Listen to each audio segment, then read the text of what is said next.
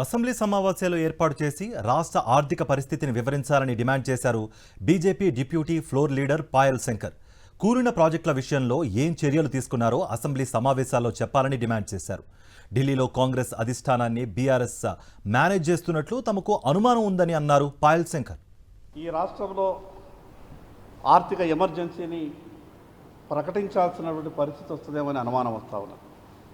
మరి అదేవిధంగా రాష్ట్రంలో ఉన్నటువంటి పరిస్థితి మీద వెంటనే అసెంబ్లీ సమావేశాలు కూడా ఏర్పాటు చేయాలని భారతీయ జనతా పార్టీ డిమాండ్ చేస్తూ ఉన్నది. కాంగ్రెస్ ప్రభుత్వం చాలా గొప్పగా చెప్పింది.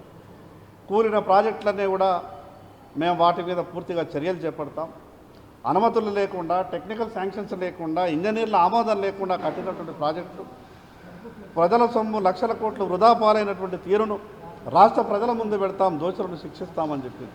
మాకు అనుమానాలు వస్తూ ఉన్నాయి.